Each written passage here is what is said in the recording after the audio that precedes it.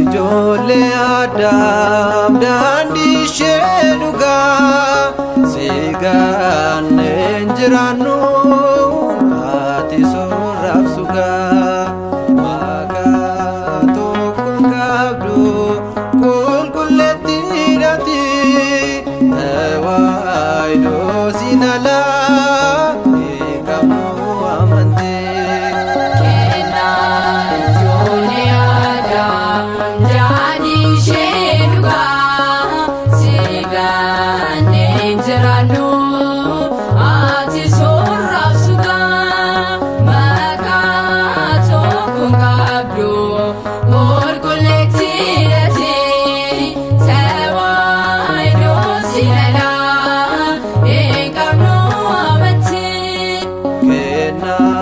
Ijoollee Adam daandii ishee dhugaa sigaanneen jiraannu ati soorraaf sugaa maqaa tokkoon qabdu qulqulleetti hidhati tawaayidoo siin alaa hin qabnu amantee.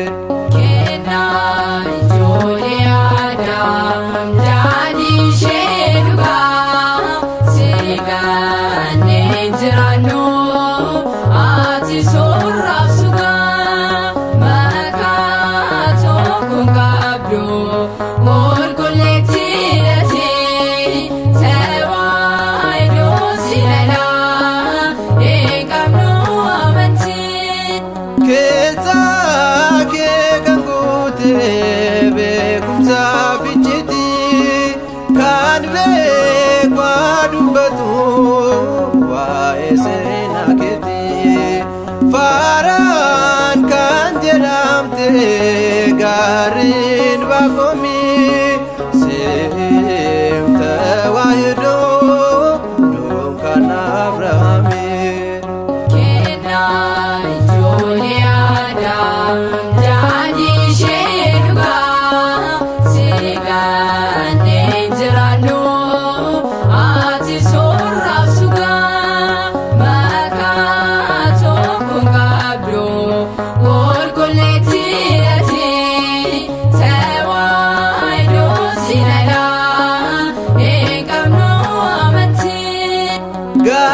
Galaanni ogummaa si keessatti ba'ee mallattoo kan taate hunduu siin ta'ee galmee jireenyarratti katabamneerraa tawaayidoo ijoolleen kee sitti waamamneerraa.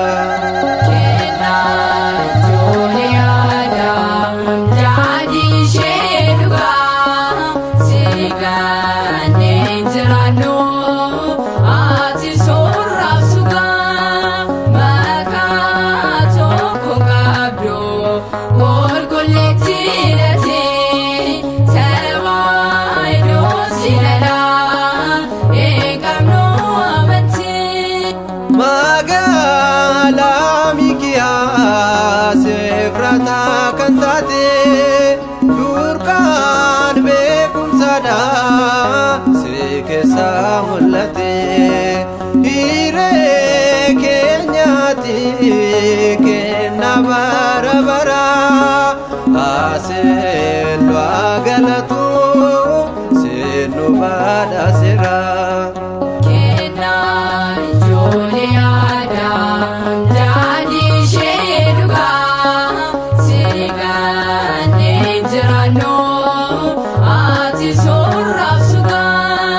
Magaalaa